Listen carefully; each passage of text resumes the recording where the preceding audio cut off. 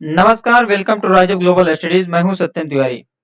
इस वीडियो में आपका डिस्कस करेंगे यूपीएससी 2026 का सिलेबस क्या है, या अगर आप 27 में देना चाहते हैं तो ओवरऑल आपका सिलेबस क्या है, प्रीलिम्स और मेंस का सारे सिलेबस जो कि ऑफिशियली रिलीज किया गया है यूपीएससी के द्वारा, वो सारे सिलेबस आपको यहाँ पे डिस्कस करूंगा। क्या है सिलेबस आपका, और यहाँ पे अगर बात करें सिलेबस की, तो सिलेबस सबसे पहले यहाँ पे आप देख सकते हैं कि पेपर वन जो कि 200 मार्क्स का होता है, जिसमें 200 मार्क्स का ये पेपर होता है, पेपर वन।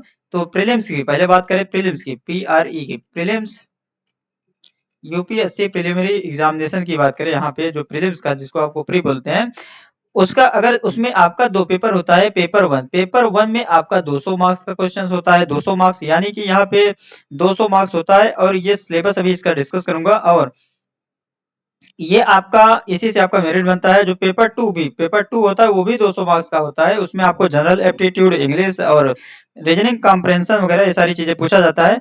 ये आपका क्वालिफाइंग होता है सिर्फ इसको। इसमें आपका अगर 33% मार्क्स आ गए, यानी कि 200 में से अगर 67 मार्क्स आ गए आपका, तो आप जो है यहाँ पे क्वालिफाई कर जाएंगे। और जो फाइनल जो प्रीलिम्स का मेरिट बनेगा, प्रीलिम्स का मेरिट पास करके आप मेंस एग्जाम के लिए आप एलिजिबल होंगे, वो सिर्फ इस 200 मार्क्स से ही बनेगा।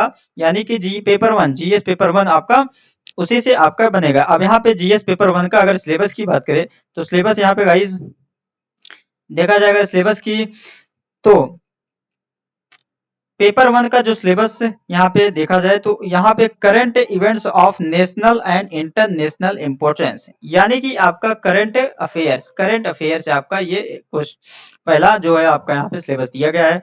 करंट अफेयर्स यहाँ पे ये नहीं दिया, एक चीज आप ध्यान में रखिए कि यहाँ पे ये नहीं दिया है कितने साल का करंट अफेयर्स है। आप देखेंगे current events of national and international importance थे, आपको ये नहीं दिया है कि आपका यहाँ पे कितने साल का करंट अफेयर है। तो जहां तक यहाँ पे मान के चलिए कि आपको 1.5 साल का करंट अफेयर से आपके डीपली, जो कि डीपली करंट अफेयर पढ़ना है, 1 से 1.5 साल के।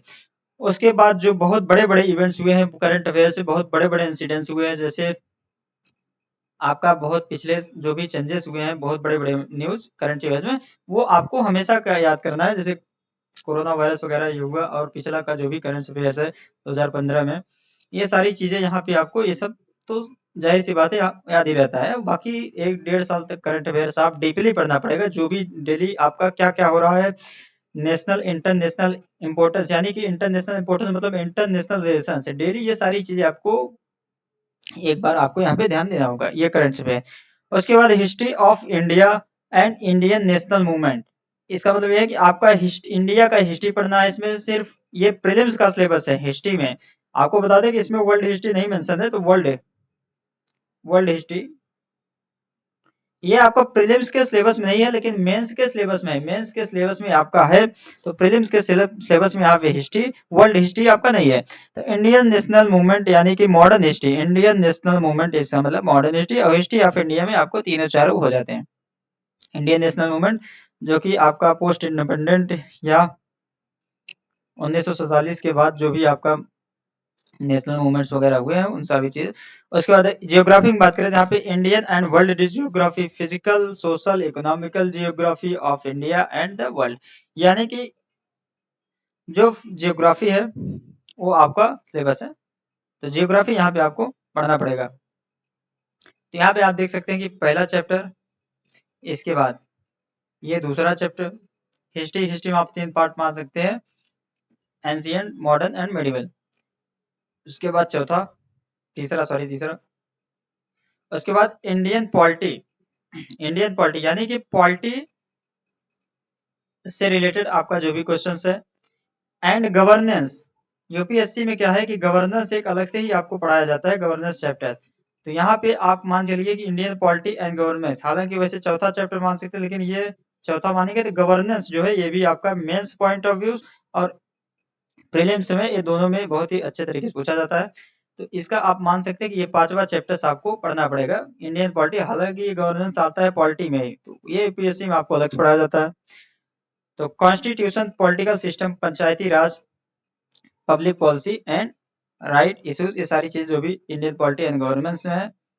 और एक चीज आप ध्यान में रखिए, यूपीएससी क्या करता है कि बहुत सारे देखो कंफ्यूज आपको ये यहाँ किया गया है कि यहाँ ये किया गया है कि आप देखेंगे अगर आप सिलेबस के हिसाब से पढ़ेंगे ना तो आपका बहुत सारा ज्यादा नुकसान हो जाएगा। जैसे यहाँ पे लिखा है constitution, political system, Panchayati Raj, public policy, rights and issues, उसके बाद एक चीज आपको ध्यान में रखना है ईटीसी लिखा है सेक्टर है, यानी कि इसके अलावा जो कुछ भी है, इसके अलावा जो कुछ भी है आपको पढ़ना पड़ेगा। आप जहां ईटीसी देखे वहां पे आपको सारी चीजें यार एक एक टॉपिक यहाँ क्लियर करना है। ईटीसी का मतलब ये सारी चीजें एकदम अप टू डेट क्लियर होना चाहिए आपका, सारे कॉन्सेप्ट। और जो यहाँ पे गिवन नहीं है वो भी इकोनॉमिक्स, सोशल डेवलपमेंट, यानी कि आपका इकोनॉमिक्स और सोशल डेवलपमेंट, ये आपका इकोनॉमिक्स ओवरऑल मान के चलिए। यहाँ पे इकोनॉमिक्स है 6वां चैप्टर, और यहाँ पे sustainable development, poverty, inclusion, democracy, social initiative, ये सेक्टर सारी चीजें।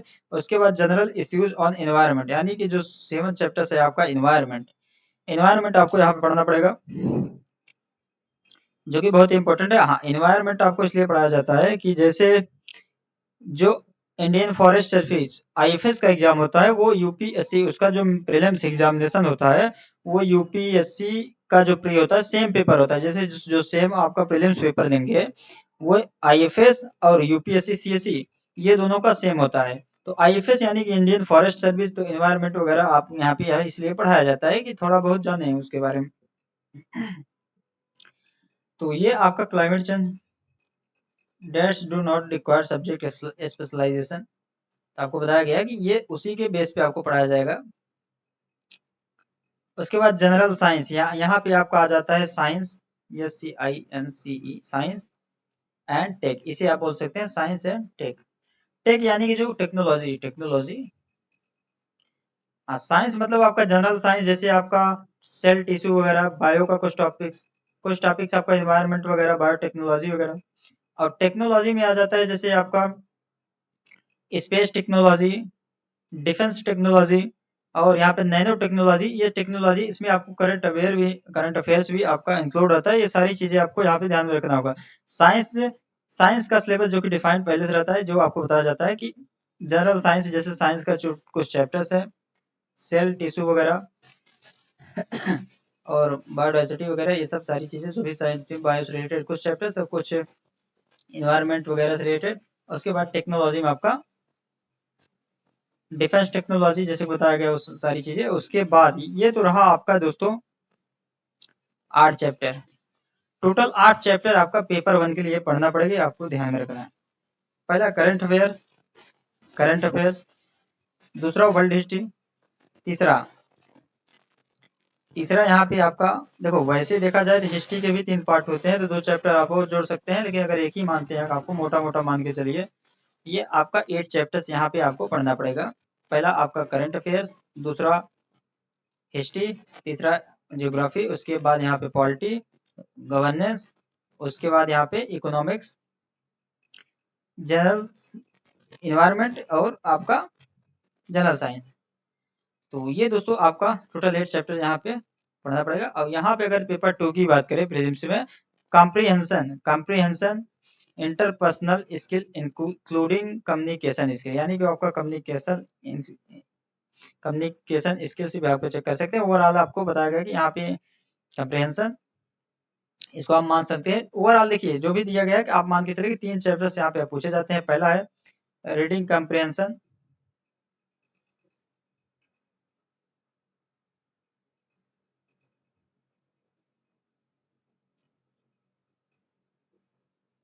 और दूसरा यहाँ पे रीजनिंग, लॉजिकल रीजनिंग।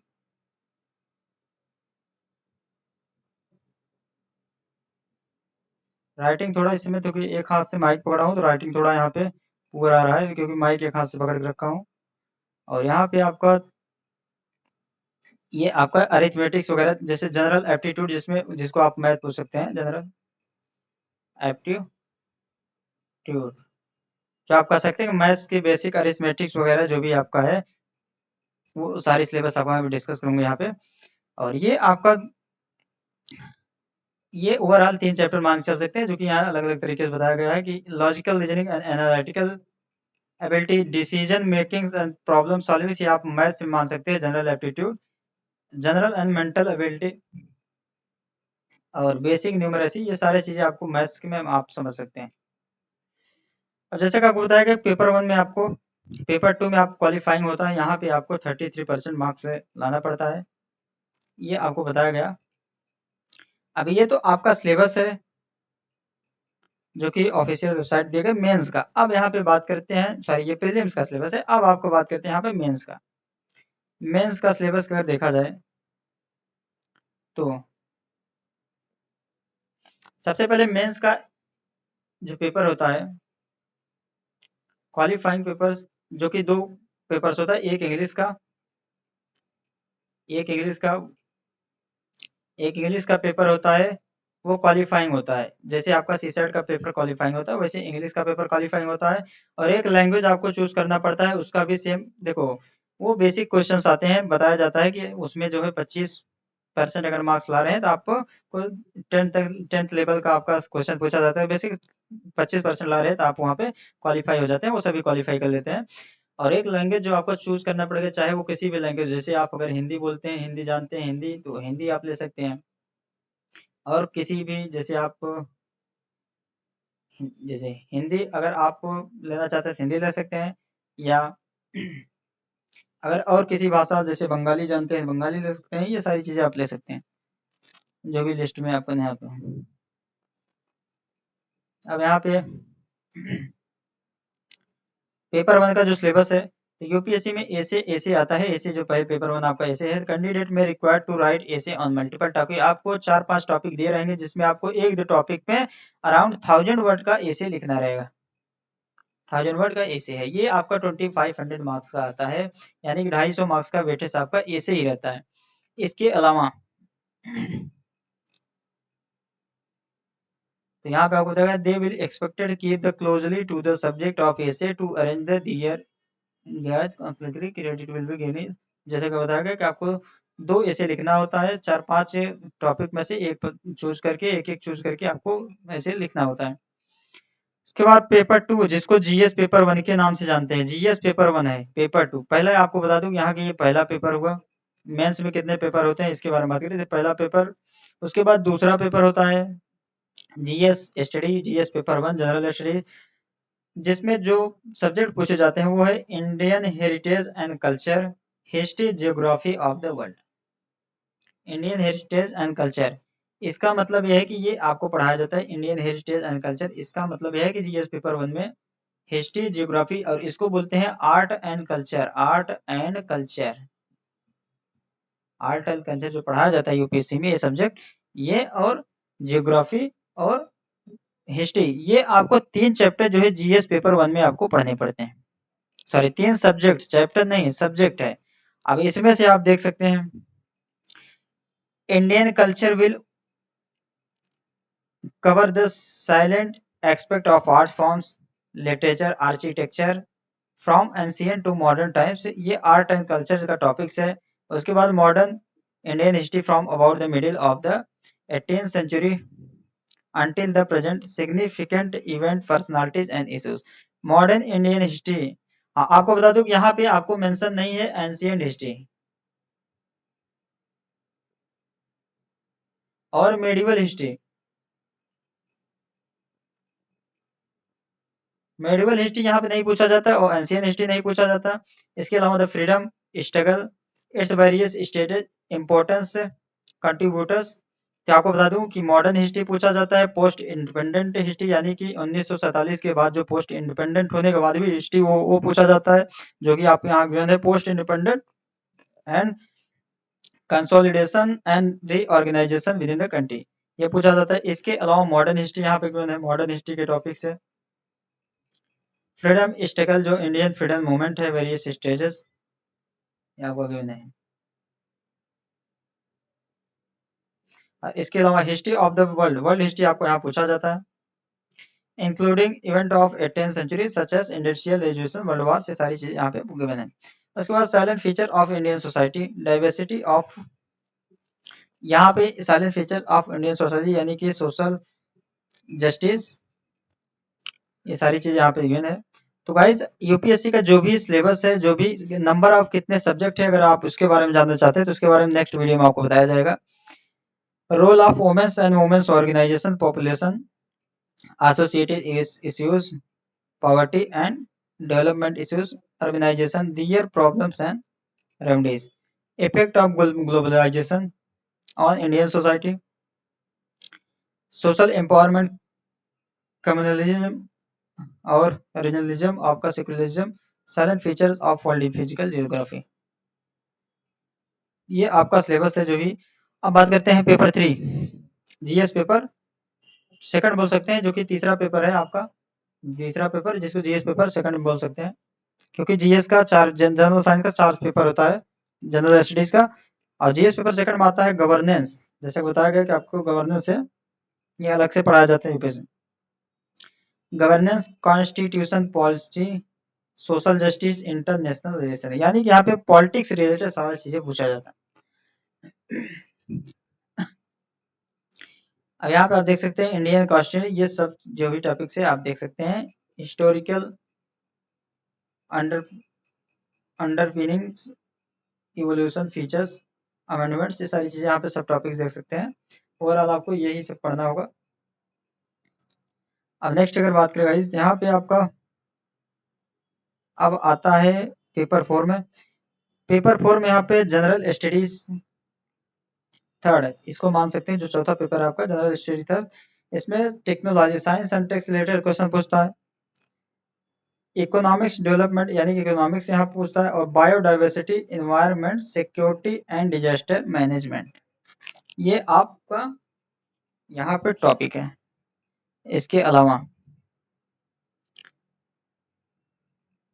ये आप देख सकते हैं जो भी सब टॉपिक्स है, हालांकि यूपीएससी ने इसमें कंफ्यूज कर रखा है लास्ट में ईटीसी लगा कर, तो इसका आपको सारे चैप्टर्स ही पढ़ने पड़ेंगे, सारे कॉन्सेप्ट क्लियर करने पड़ेंगे। पेपर 4 जो आपका जीएस पेपर, सॉरी पेपर 5 है, ये जीएस पेपर सेकंड है, जो कि एथिक्स, ये आपका एथिक्स का अलग से ही पेपर होता है। एथिक्स 250 मार्क्स का, एथिक्स इंटीग्रेटेड एप्टीट्यूड यानी कि एथिक्स मान सकते हैं ओवरऑल आपका 250 मार्क्स का पेपर होता है। अब यहाँ पे पेपर अब पेपर आपका 6 और 7 जो पेपर है वो आपका यहाँ पे, तो पहला चीज जो ऑप्शनल का पेपर है, ऑप्शनल का 2 पेपर होता है, जो कि आप बताया ऑप्शनल का 2 पेपर होता है, दोनों 250 मार्क्स का, 250 मार्क्स का, 2 पेपर्स होता है 250 मार्क्स का, दोनों आपका 250 मार्क्स का होता है। तो अराउंड आपका ऑप्शनल का ही 500 मार्क्स का वेटेज होता है। अब आप यहाँ पे देखेंगे तो ऑप्शनल का 2 पेपर होता है, ऑप्शनल का सिलेबस अलग से आपको डिस्कस किया जाएगा। इसके अलावा जो आपको बताया कि जो टोटल यहाँ पे ये आपका कितना पेपर हुआ, 6, 7, 8, 9 पेपर टोटल आपका होते हैं यूपीएससी में, 9 पेपर। 7 पेपर का आपको बताया गया, 2 आपको बताया गया कि एक लैंग्वेज टेस्ट का होता है, जैसे 2 लैंग्वेज टेस्ट का, एक आपका इंग्लिश का जिसमें से इंग्लिश तो होता ही है, और दूसरा आप पहला इंग्लिश का होता है, दूसरा आप कोई सा भी ले सकते हैं, दूसरा आप जैसे अगर आप हिंदी लैंग्वेज लेना चाहते हैं ले सकते हैं। ये क्वालिफाइंग होता है, दोनों 25% मार्क्स अगर ला रहे हैं दोनों, ये आपका क्वालिफाइंग है।